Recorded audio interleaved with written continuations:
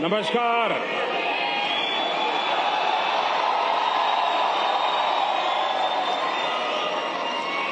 कैसे हैं आप सब?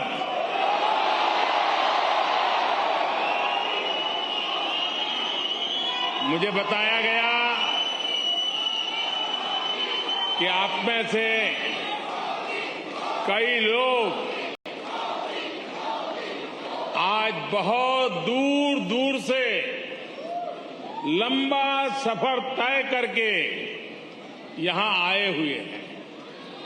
मैं आप सभी में भारत की संस्कृति,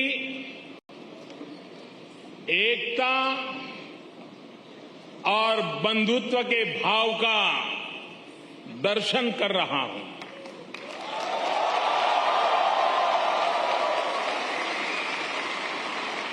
आपका ये स्नेह मैं कभी भूल नहीं सकूंगा।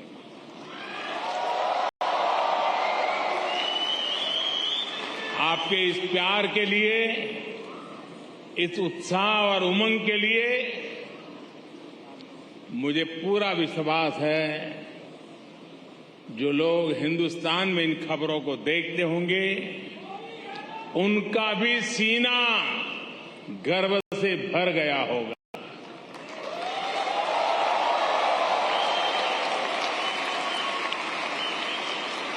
साथियों, आज का दिन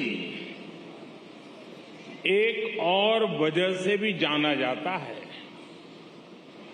आज 26 जून है। जो डेमोक्रेसी हमारा गौरव है, जो डेमोक्रेसी हर भारतीय के डीएनए में है, आज से 47 साल पहले इसी समय उस डेमोक्रेसी को बंधक बनाने, डेमोक्रेसी को कुचलने का प्रयास किया गया था। आपातकाल का कालखंड, इमरजेंसी भारत के वाइब्रेंट डेमोक्रेटिक इतिहास में एक काले धब्बे की तरह है। लेकिन इस काले धब्बे पर सदियों से चली आ रही लोकतांत्रिक परंपराओं की श्रेष्ठता भी पूरी शक्ति के साथ विजयी हुई। लोकतांत्रिक परंपराएं इन हरकतों के लिए भारी पड़ी है। भारत के लोगों ने लोकतंत्र को कुचलने की सारी साजिशों का जवाब लोकतांत्रिक तरीके से ही दिया। हम भारतीय कहीं भी रहे, अपनी डेमोक्रेसी पर गर्व करते हैं।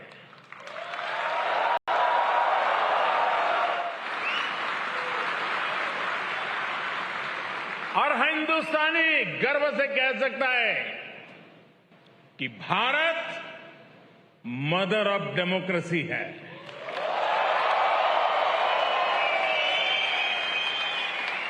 लोकतंत्र का हजारों वर्षों का हमारा इतिहास आज भी भारत के कोने कोने में जीवंत है। इतनी सारी भाषाएं, इतनी सारी बोलियां, इतने अलग अलग तरह के रहन सहन के साथ भारत की डेमोक्रेसी वाइब्रेंट है।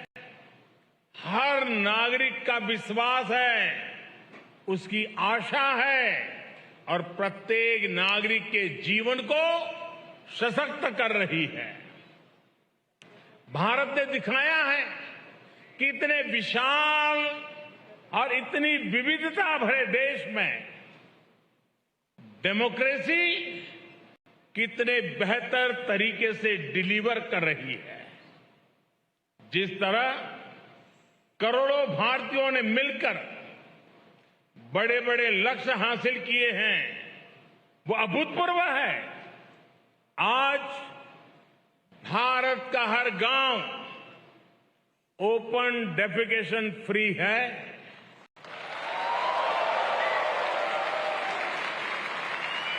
आज भारत के हर गांव तक बिजली पहुंच चुकी है। आज भारत का लगभग हर गांव सड़क मार्ग से जुड़ चुका है। आज भारत के 99% से ज्यादा लोगों के पास क्लीन कुकिंग के लिए गैस कनेक्शन है।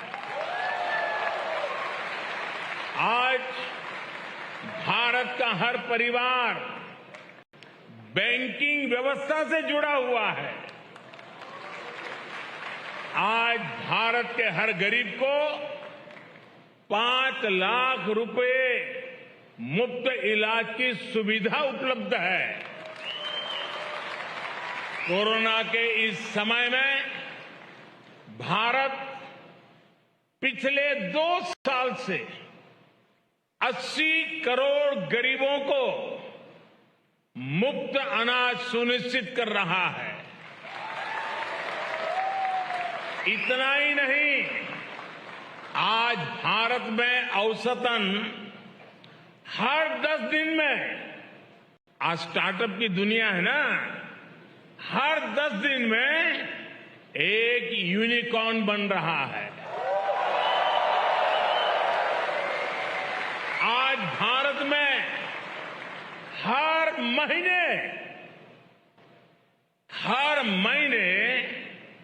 एवरेज औसतन 5,000 पेटेंट फाइल होते हैं। आज भारत हर महीने एवरेज औसतन 500 से अधिक आधुनिक रेलवे कोच बना रहा है। आज भारत हर महीने एवरेज औसतन 18 लाख घरों को पाइप वाटर सप्लाई से जोड़ रहा है, नल से जल। भारतीयों के संकल्पों की ये सिद्धियों की लिस्ट बहुत लंबी है। मैं अगर बोलता जाऊंगा तो आपके डिनर का टाइम हो जाएगा।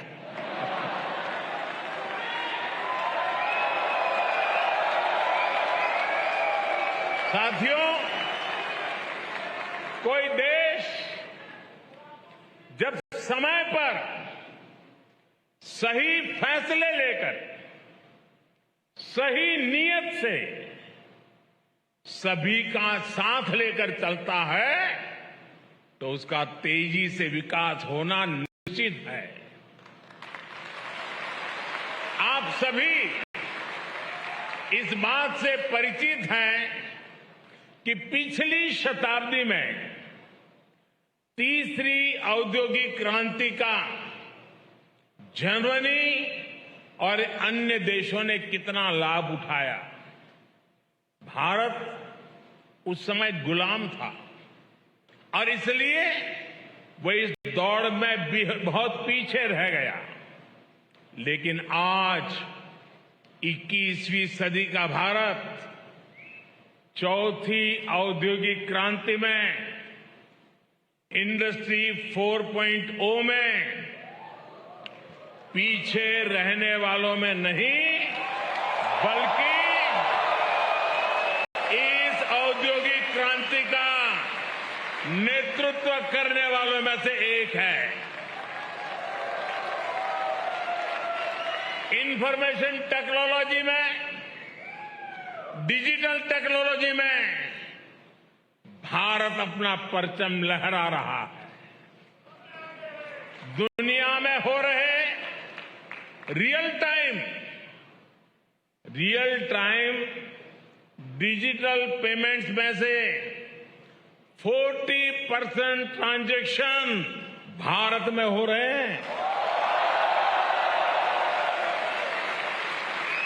आज भारत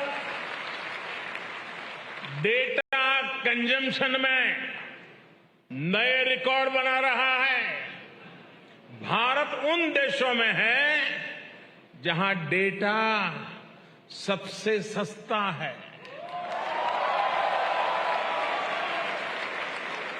21वीं सदी के नए भारत में लोग जितनी तेजी से नई टेक्नोलॉजी अपना रहे हैं, वो किसी को भी हैरान कर सकती है। कोरोना वैक्सीन लगवाने के लिए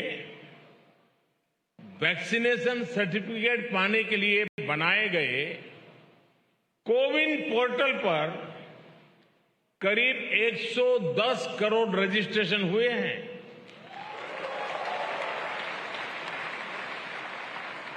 कोरोना संक्रमण की ट्रैकिंग के लिए बनाए गए एक विशेष ऐप आरोग्य सेतु से आज करीब 22 करोड़ भारतीय जुड़े हुए हैं। सरकार द्वारा खरीदारी करने के लिए बनाए गए गवर्नमेंट ई मार्केट प्लेस यानी जेम से करीब 50 लाख विक्रेता सेलर्स जुड़े हुए हैं। आज 12 से 15 लाख भारतीय ट्रेन से आने जाने के लिए हर रोज 12 से 15 लाख टिकट ऑनलाइन बुक करा रहे हैं। आज भारत में ड्रोन टेक्नोलॉजी का जिस तरह इस्तेमाल हो रहा है वो अभूतपूर्व है। आप जानकर के हैरान रह जाएंगे कि अब देश के अनेक क्षेत्रों में ड्रोन से फर्टिलाइजर को छिड़काव होने लगा है।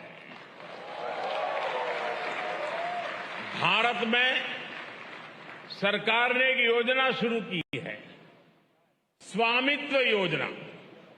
इस योजना के तहत देश के लाखों गांवों में जमीन की मैपिंग, घरों की मैपिंग का काम ड्रोन ही कर रहे हैं।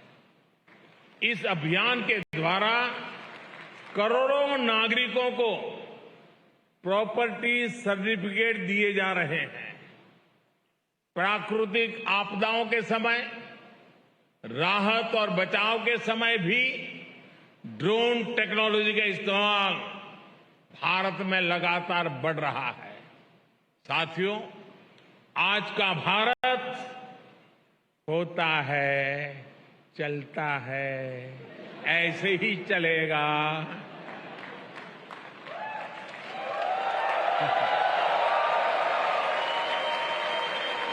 उस मानसिकता से बाहर निकल चुका है दोस्तों।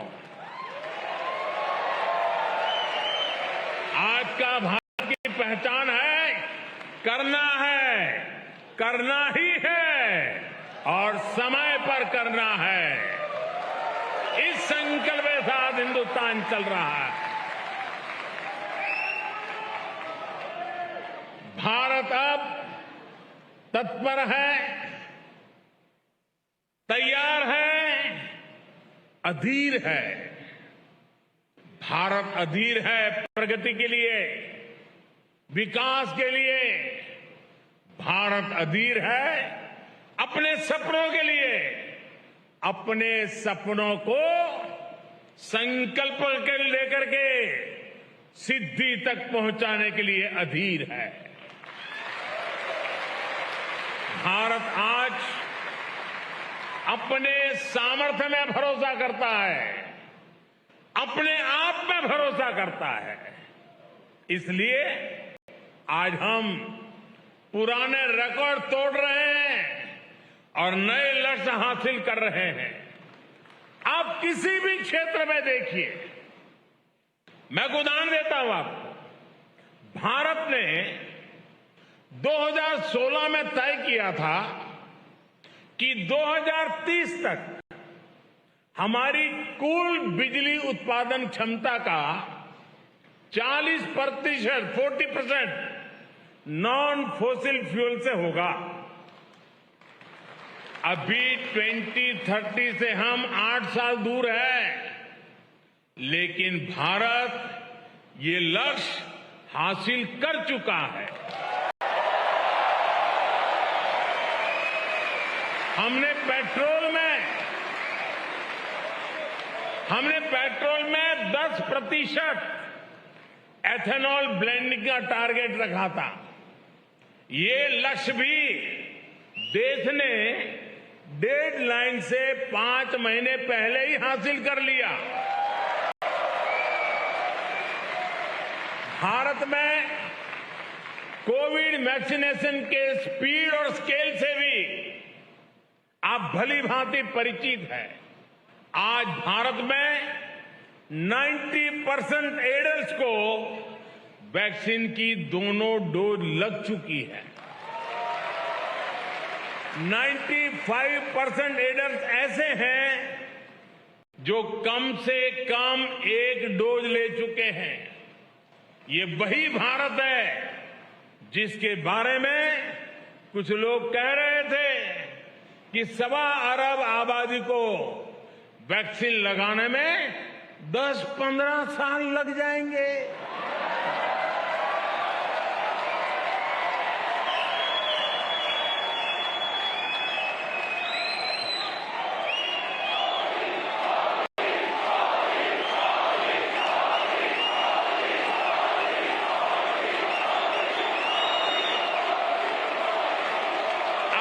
जब मैं आपसे बात कर रहा हूं तो भारत में वैक्सीन डोज का आंकड़ा 196 करोड़ यानी 1.96 बिलियन को पार कर चुका है। मेड इन इंडिया वैक्सीन ने भारत के साथ ही दुनिया के करोड़ों लोगों की कोरोना से जान बचाई है। साथियों, मुझे याद है कि साल 2015 में जब मैं जर्मनी आया था तो स्टार्टअप इंडिया अभियान एक आइडिया के स्तर पर था। शब्द कान पे पड़ते थे। तब स्टार्टअप वर्ल्ड में भारत का कोई नाम निशान नहीं था, कोई जानता ही नहीं था। आज भारत में दुनिया का तीसरा सबसे बड़ा स्टार्टअप इकोसिस्टम है। एक समय था जब भारत साधारण से साधारण स्मार्टफोन भी बाहर से मंगाता था। आज भारत दुनिया का दूसरा सबसे बड़ा मोबाइल फोन मैन्युफैक्चरर है और अब भारत में बने मोबाइल दुनिया भर में जा रहे हैं।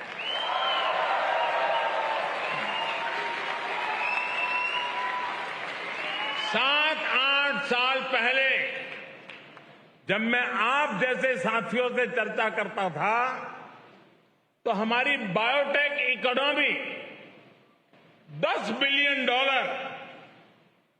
यानी 75,000 करोड़ रुपए की हुआ करती थी।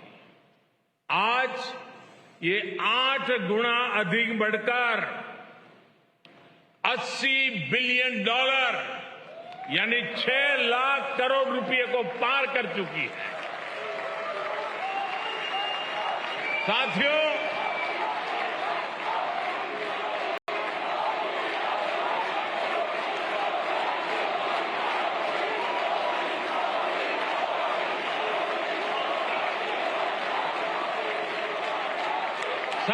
मुश्किल से मुश्किल हालातों में भी भारत के लोगों का हौसला ही हमारी सबसे बड़ी ताकत है।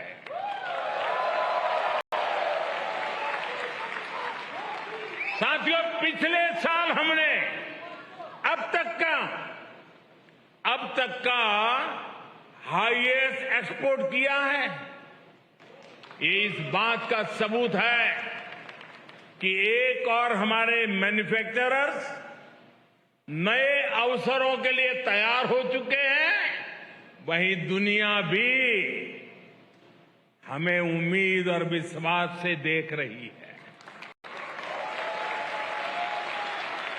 बीते ही वर्ष भारत ने $111 बिलियन यानी 8,30,000 करोड़ रुपए के इंजीनियरिंग गुड्स का एक्सपोर्ट किया है। भारत के कॉटन और हैंडलूम प्रोडक्ट्स के निर्यात में भी 55% की बढ़ोतरी हुई है।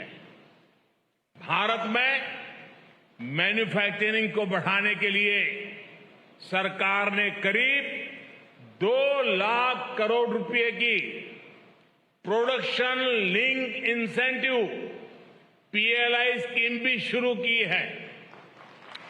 अगले साल हम अपने एक्सपोर्ट टारगेट को और भी बढ़ाना चाहते हैं और आप लोग इसमें काफी मदद भी कर सकते हैं।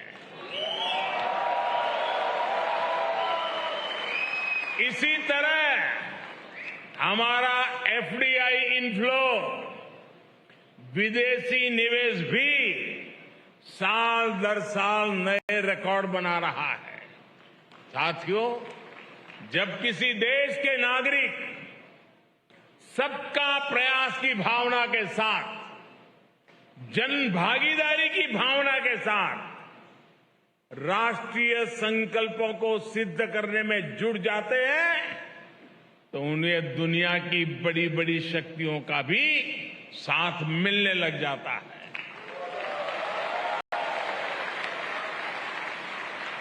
आज हम देख रहे हैं कि किस तरह दुनिया की बड़ी शक्तियां भारत के साथ कंधे से कंधा मिलाकर चलना चाहती है। अपने देशवासियों की संकल्प शक्ति से आज भारत प्रगति के पथ पर निरंतर आगे बढ़ रहा है। हमारे लोगों के संकल्पों से, उनकी भागीदारी से भारत के प्रयास आज जन आंदोलन बन रहे हैं। यही जो मुझे देश के भविष्य के लिए आश्वस्त करता है, भरोसा देता है। उदाहरण के तौर पर दुनिया में ऑर्गेनिक फार्मिंग जैसे शब्द चर्चा का विषय बने हुए हैं, लेकिन भारत के किसान खुद आगे आकर इसे जमीन पर उतार रहे हैं। इसी तरह क्लाइमेट चेंज आज ये भारत में केवल सरकारी पॉलिसीज का मुद्दा नहीं है। भारत का युवा ईवी और ऐसी ही दूसरी प्रो क्लाइमेट टेक्नोलॉजी में इन्वेस्ट कर रहा है। सस्टेनेबल क्लाइमेट प्रैक्टिसेस आज भारत के सामान्य से सामान्य मानवी के जीवन का हिस्सा बन रही है। 2014 तक भारत में खुले में शौच एक बड़ी समस्या थी, लेकिन हमने देश में 10 करोड़ से ज्यादा शौचालय बनवाए। आज स्वच्छता भारत में एक जीवन शैली बन रही है। भारत के लोग, भारत के युवा देश को स्वच्छ रखना अपना कर्तव्य समझ रहे हैं। आज भारत के लोगों को भरोसा है कि उनका पैसा ईमानदारी से देश के लिए लग रहा है, भ्रष्टाचार की भेंट नहीं चढ़ रहा है। और इसलिए देश में टैक्स कंप्लायंस तेजी से बढ़ रही है। ये किसी कानूनी प्रक्रिया के कारण नहीं है, बल्कि स्वतः स्फूर्त जागरण से हो रहा है। दोस्तों, साथियों, हम सभी भारतीय इस साल अपनी आजादी के 75 वर्ष का पर्व मना रहे हैं, अमृत महोत्सव मना रहे हैं। आजादी के 75वें वर्ष में भारत अभूतपूर्व इंक्लूसिवनेस और इससे प्रोत्साहित होने वाली करोड़ों एस्पिरेशंस का गवाह बन रहा है। भारत आज अभूतपूर्व संभावनाओं से भरा है। भारत एक मजबूत सरकार के नेतृत्व में, एक स्थिर सरकार के नेतृत्व में, एक निर्णायक सरकार के नेतृत्व में नए सपने भी देख रहा है, नए संकल्प भी ले रहा है और संकल्पों को सिद्धि में परिवर्तित करने के लिए जी जान से जुटा हुआ भी है। हमारी पॉलिसी स्पष्ट है और रिफॉर्म्स के लिए भरपूर कमिटमेंट है। 5 साल बाद हमें कहां पहुंचना है ये भी तय है और आने वाले 25 साल के लिए जब देश आजादी की शताब्दी मनाएगा, 25 साल के बाद हमें कहां पहुंचना है, 25 साल के लिए आत्मनिर्भरता का रोड मैप भी तैयार है। साथियों, वो दिन चले गए, वो दिन चले गए जब दुनिया में कुछ होता था तो हम रोना रोते थे। भारत आज वैश्विक चुनौतियों का रोना रोने वाला देश नहीं है, बल्कि भारत आज आगे बढ़कर इन चुनौतियों का समाधान दे रहा है। Coalition for disaster resilience fund CDRI के माध्यम से हम पूरी दुनिया को आपदाओं से लड़ने में सक्षम बनाना चाहते हैं। आज हम इंटरनेशनल सोलर अलायंस के जरिए दुनिया भर के देशों को एक मंच पर ला रहे हैं ताकि सस्ती और एनवायरमेंट फ्रेंडली एनर्जी का लाभ दुनिया को दे सके। वन सन, वन वर्ल्ड, वन ग्रिड, ये सपना हमने दुनिया के सामने रखा है। इसके लाभ भारत ने बीते 8 वर्ष में खुद अनुभव भी किए हैं। भारत में सोलर पावर की रिकॉर्ड कैपेसिटी तो बिल्ड हुई है, ये ₹2.5 प्रति यूनिट के हिसाब से उपलब्ध है। ग्रीन हाइड्रोजन को लेकर भी जिस स्केल पर भारत काम कर रहा है, जर्मनी जैसे मित्र देशों के साथ साझेदारी कर रहा है, तो उसमें भी मानवता का ही हित है। भारत में WHO centre for traditional medicine स्थापित होने से भारत दुनिया की प्राचीन चिकित्सा पद्धतियों का ग्लोबल सेंटर भी बन रहा है। साथियों, योग की ताकत क्या है ये तो आप भली भांति जानते हैं। पूरी दुनिया को नाक पकड़वा दिया है। साथियों, आने वाली पीढ़ियों के लिए आज का नया भारत नई विरासत बनाने पर काम कर रहा है। नई विरासत बनाने के इस अभियान की सबसे बड़ी ताकत है हमारे नौजवान है, हमारा यूथ है। भारत के युवाओं को सशक्त करने के लिए 21वीं सदी की पहली एजुकेशन पॉलिसी लेकर हम आए हैं। पहली बार भारत में मातृभाषा में डॉक्टरी और इंजीनियरिंग की पढ़ाई तक का विकल्प दिया जा रहा है।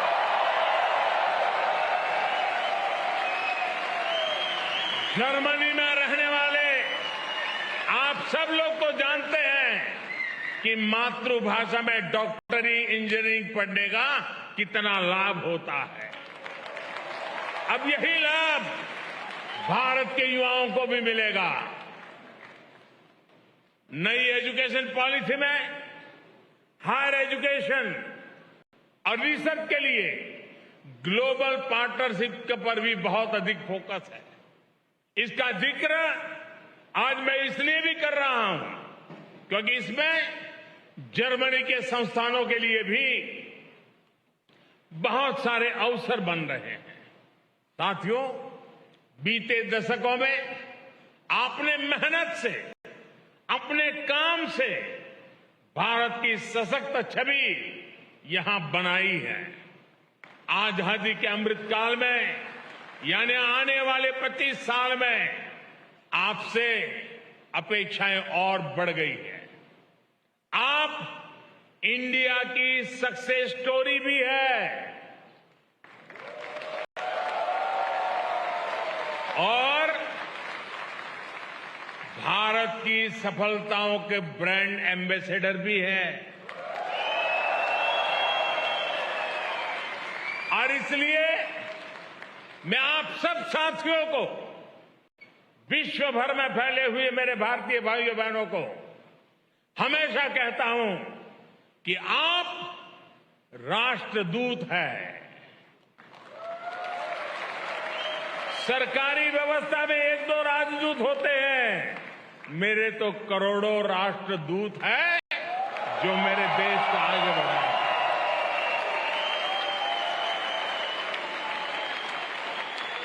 साथियों, आप सबने जो प्यार दिया, जो आशीर्वाद दिए, जो उत्साह और उमंग के साथ इतना बड़ा शानदार कार्यक्रम मनाया, आप सबको मिलने का मुझे मौका मिला। इसलिए मैं एक बार फिर आप सभी का बहुत बहुत आभार व्यक्त करता हूं।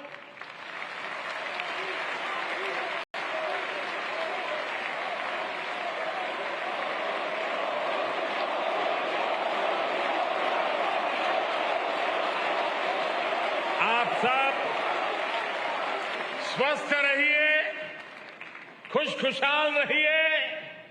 भारत माता की, भारत माता की, भारत माता की। बहुत बहुत धन्यवाद।